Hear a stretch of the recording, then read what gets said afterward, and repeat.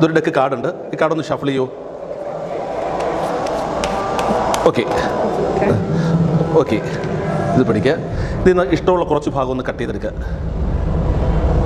Okay, അത് എത്ര എണ്ണം വരുമെന്നൊന്ന് പറയാമോ? നമ്മൾ സാധാരണ എത്രയാണ് ഒരു ഡെക്ക് കാർഡ് എന്ന് പറഞ്ഞാൽ?